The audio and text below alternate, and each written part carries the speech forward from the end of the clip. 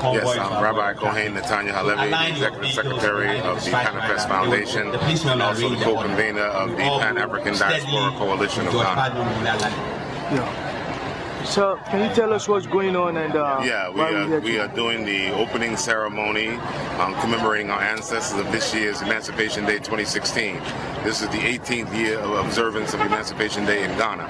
The first observance in 1998 when we returned 2 ancestral remains back to Ghana as a way of saying that Ghana is the gateway in the door for the return of Africans from the diaspora to reunite with our African family on the African continent.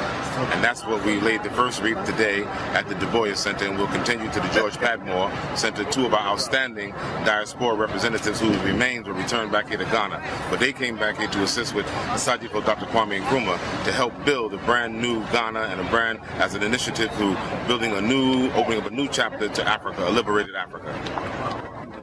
So, can you say anything concerning what we should expect? This year's focus is on talking to a new generation of Pan-Africanists. So that's why the subtitle is Empowering African Youth Through Pan-African Culture. It's time that we begin to promote Pan-African culture as a way of uniting the African family all over the globe.